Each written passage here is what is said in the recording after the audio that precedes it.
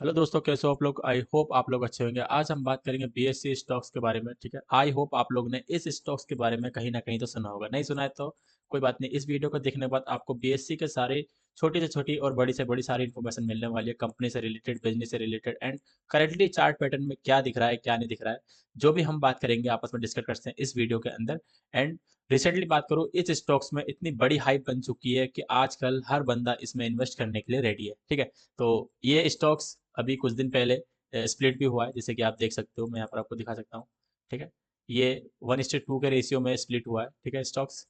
Okay, and इसका जो bonus जो मिला है, जो शेयर होल्डर है उनको इसका बोनस मिला है, जो कि 23 मई 2025 को हुआ है। रिसेंटली कुछ 4 से 2 दिन 3 दिन पहले। ठीक है, उसके बाद ये वीडियो आ रहा है। ओके, चलते हैं वीडियो की ओर। एंड वीडियो के अंदर हम बात करेंगे इसके कुछ चुनिंदे टॉपिक्स के बारे में, जैसे कि हम इसका बिजनेस पढ़ेंगे कि ये कंपनी क्या करती है, क्या इसका बिजनेस है, क्या इसकी ग्रोथ है, एंड क्या इसका डाइवर्जन है, एंड कितना डिविडेंड कंपनी पे आउट करती है। सारी चीजें हम इस कंपनी की जानेंगे, इस कंपनी के बारे में बात करेंगे। ओके, तो मैं यहाँ पर आ चुका हूँ बीएससी के फंडामेंटल्स। सबसे पहले आपको बता देता हूँ, ठीक है, समझा देता हूँ कि बीएससी के फंडामेंटल्स क्या बोल रहे हैं अपने को। ठीक है, देखिए ये मार्केट का इसका करंट वैल्यू है, वो है 99,420 करोड़ रुपीज का। करंट प्राइस इसका चल रहा है वो है 2448 रुपीज का।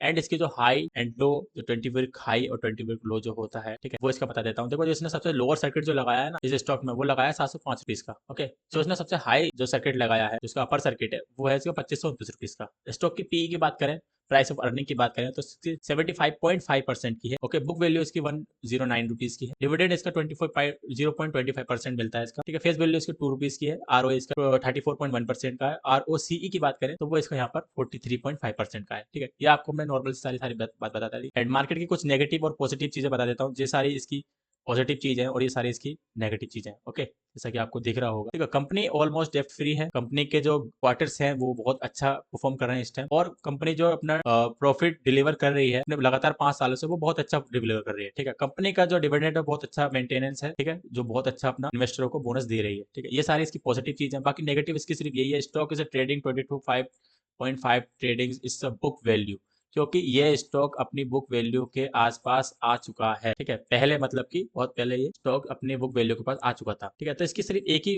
नेगेटिव चीज है, बाकी कुछ नहीं है। थोड़ा बहुत तो एक चीज दो चीज होती है जिसको हम इग्नोर कर सकते हैं। बाकी बाकी अगर हम इस कंपनी के जो सेक्टर्स की बात करें तो ये सबसे टॉप नंबर 1 पर आती है, जैसा कि आप देख सकते हैं यहाँ पर बीएससी। ओके, क्योंकि ये इस कंपनी के सबसे टॉप कंपनी मानी जाती है बीएससी की। ठीक है, इसमें फाइनेंस सर्विस देता है। ओके, बाकी इसके क्वार्टरली रिजल्ट के बारे में बात करेंगे। क्वार्टरली रिजल्ट इसका कुछ इस प्रकार का है कि यहाँ पर सब ही ओके ही ओके है, क्योंकि यहाँ पर हमको क्वार्टरली प्रॉफिट, जो ऑपरेटिंग प्रॉफिट जो होता है, जो कंपनी लगातार कमाई कर रही है, वो यहाँ पर हमें बढ़ता हुआ दिख रहा है। एंड इसके जो प्रॉफिट बिफोर टैक्स जो है, वो भी यहाँ पर हमको लगातार बढ़ता हुआ दिख रहा है। मतलब कंपनी में अच्छी कमाई हो रही है। ठीक है, एंड इसका नेट प्रॉफिट जो निकल कर आ रहा है बाद में, वो भी इसमें लगातार इंक्रीजिंग है। मतलब कि कुल मिला के इसके जो क्वार्टरली रिजल्ट है वो यहाँ पर हमें ऊपर चढ़ते हुए दिख रहे हैं, जो कि एक हमारे लिए पॉजिटिव व्यू है। ओके, अब बात कर लेते हैं हम इसके प्रॉफिट एंड लॉस के बारे में। कंपनी लॉस में है या प्रॉफिट में। देखिए, सेल्स की लगातार हमें यहाँ से इंक्रीज होती दिख रही है। एक्सपेंसिव जो कंपनी के खर्चे वगैरह होते हैं, वो भी हमें यहाँ लगातार बढ़ते हुए दिख रहे हैं। और जो ऑपरेटिंग प्रॉफिट होता है कंपनी का, वो भी यहाँ पर हमें लगातार बढ़ता हुआ दिख रहा है, जैसे कि आप देख सकते हो। ठीक है, एंड इसका प्रॉफिट बिफोर टैक्स जो होता है, वो भी यहाँ पर बढ़ता हुआ दिख रहा है, जैसे पिछले हमने क्वार्टर रिजल्ट में भी देखा था, वो भी ठीक था। एंड इसका नेट प्रॉफिट है, वो भी हमें यहाँ बढ़ता हुआ दिख रहा है। ओके,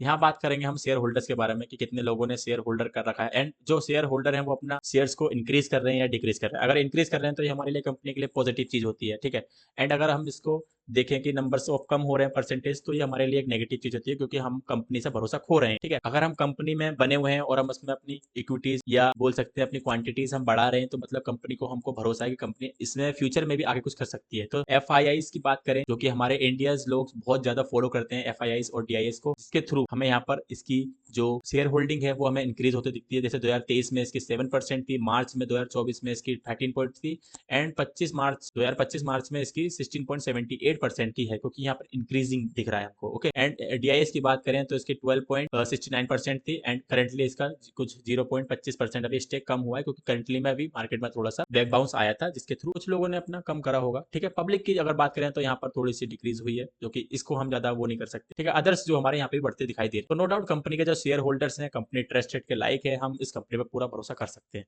ठीक है, अब हम नेक्स्ट बात करते हैं इसके चार्ट पैटर्न के ऊपर, फिर हम इसका फाइनल डिसीजन करते हैं। ठीक है, तो वीडियो में अगर अभी तक बने हो तो वीडियो को लाइक नहीं करा तो वीडियो को लाइक कर देना, एंड चैनल पे भी नहीं है तो चैनल को सब्सक्राइब कर देना। ओके, तो अब बात करते हैं हम इसके चार्ट पैटर्न की। तो चलते हैं चार्ट पैटर्न पे। तो ये हम करंटली इसके चार्ट पैटर्न पे आ चुके हैं। चार्ट पैटर्न पे आने के बाद हम लोग को सिंपली एक चीज बहुत अच्छी तरीके से दिख रही है, कंपनी का एक कंसोलिडेट एरिया था जो कि ये एरिया माना जा रहा है। ठीक है, इस बार इसने पूरा एक 6 से 7 महीने इस जोन में इसने कंसोलिडेट करा, उसके बाद एक ब्रेकआउट दिया, एंड उसके बाद इसने फिर से रिकवरी इसमें चालू करी। अच्छा, रिकवरी, ये जो रिकवरी इसमें आई थी, ये जो करेक्शन इसमें स्टॉक्स में आया था, जैसे कि मैं बताऊं, ये करेक्शन जो इसका है ये आया था एक वजह थी आने की। उसकी वजह मैं बता दूं आपको, कंपनी ने हमारे इन्वेस्टरों के लिए एंड जो कि हमारा सेबी के रूल्स होते हैं उसमें थोड़ा सा बहुत चेंजेस करा था। देखिए, ये कंपनी सिंपली दो चीजों पर चलती है। कंपनी जो इसका जो मेन बिजनेस है वो है equity share holding, IPO, mutual fund, ये सारे इसके बिजनेस है। ठीक है, जैसे कि हम कोई भी स्टॉक अगर बीएससी का है तो जितना वो स्टॉक बढ़ेगा उसमें लोग इन्वेस्ट करेंगे, तो उसी तरह से इसका बीएससी का बिजनेस बढ़ेगा। जिस तरह लोग स्टॉक मार्केट, शेयर मार्केट में इन्वेस्ट करेंगे उसी तरीके से इसका बिजनेस ग्रो करेगा। हाल ही में आप लोगों को पता होगा, कोविड के बाद बहुत सारा क्रेज आया था स्टॉक मार्केट ट्रेडिंग का, जिससे कि इसका प्राइस वो बहुत हाई आ गया था। ठीक है,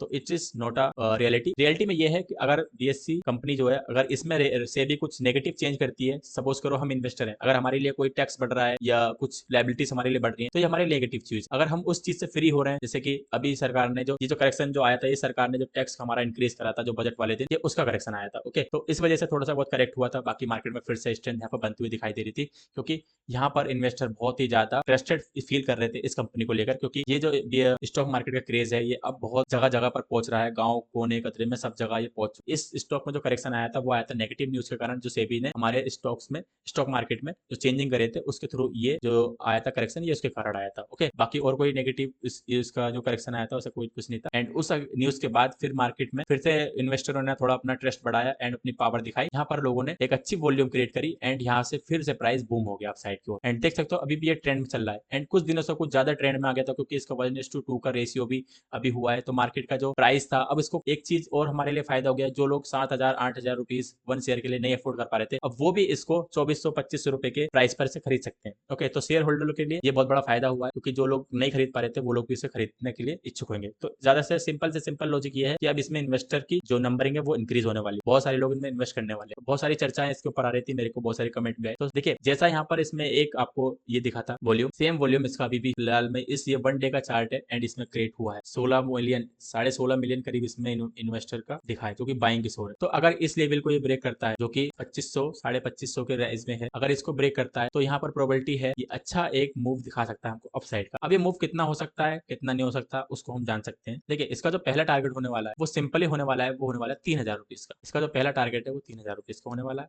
सेकंड जो टारगेट होगा उसको वो 3600 रुपीज का होने वाला है, 3,600 रुपीज का। एंड जो थर्ड टारगेट होगा वो होगा 4200 रुपीज का, 4,200 रुपीज का। ठीक है, इसके 3 टारगेट ये है। मेन टारगेट ये है कि बस हमको एक ही चीज पे ध्यान दे रहा है कि सरकार इसके कुछ भी न्यूज देती है, सेबी के रेगुलेशन आते हैं तो उसको एक बार रीड करिए एंड उसको समझना कि क्या हमारे लिए ये नेगेटिव न्यूज है या हमारे लिए पॉजिटिव न्यूज है। अगर वो हमारे लिए पॉजिटिव न्यूज है तो ये बहुत अच्छी तरीके से रैली दे सकता है आगे आने वाले टाइम में, एंड फ्यूचर में ये स्टॉक्स एक अच्छा रैली दे रहा है। ठीक है, अभी फिलहाल ये रैली में बना हुआ है, तो आपको थोड़ा सा वेट करना है, कंसोलिडेट का वेट करना है, क्योंकि अभी ये बहुत ज्यादा हाई लेवल पर है। ठीक है, अभी अपने अपर सर्किट पे है एंड अपर सर्किट पे होने के कारण ये स्टॉक थोड़ा बहुत करेक्शन ले सकता है, क्योंकि जिन लोगों ने यहाँ बाइंग करा था, सपोज करिए अगर आपने यहाँ बाइंग करा तो आप यहाँ निकल गए होंगे, नहीं निकलोगे तो यहाँ निकलोगे, नहीं निकलोगे तो यहाँ निकलोगे, कहीं ना कहीं तो आपको निकलना पड़ेगा, क्योंकि एक स्टॉक्स में पर्टिकुलर ज्यादा होल्डिंग नहीं होती है, लोग अपनी होल्डिंग को चेंज करते रहते हैं। कुछ बहुत सारे ऑपरेटर क्या करते हैं, पहले स्टॉक को जब अच्छा प्रॉफिट बुक कर लेते हैं तो फिर उसको दोबारा गिरा देते हैं, गिराने के बाद फिर वो उसी लेवल पर आता है, फिर उसको खरीदेंगे, फिर वहां से उसको बूम करवा देंगे, जिसमें क्या है रिटेलर्स और जो छोटे मोटे ट्रेडर्स होते हैं उनका लॉस करवाने के बाद अपना पैसा दोबारा बनाते हैं। तो इसी तरह की हमें माइंडसेट को लेकर चलना है एंड अपनी ट्रेडिंग को इंप्रूव करना है। अगर आपको वीडियो थोड़ा बहुत भी इन्फॉर्मेटिव लगा हो तो वीडियो को लाइक करना, सब्सक्राइब करना एंड चैनल में एक प्यारा कमेंट जरूर बोल के जाना, किस स्टॉक्स के बारे में आपको जानना है, किस स्टॉक्स के बारे में आपको क्वेरीज चाहिए, आप मेरे को बता सकते हो, मैं आपका कमेंट जरूर रिप्लाई करूंगा। थैंक यू एंड मिलते हैं नेक्स्ट वीडियो में, तब तक के लिए tata bye bye, love you all.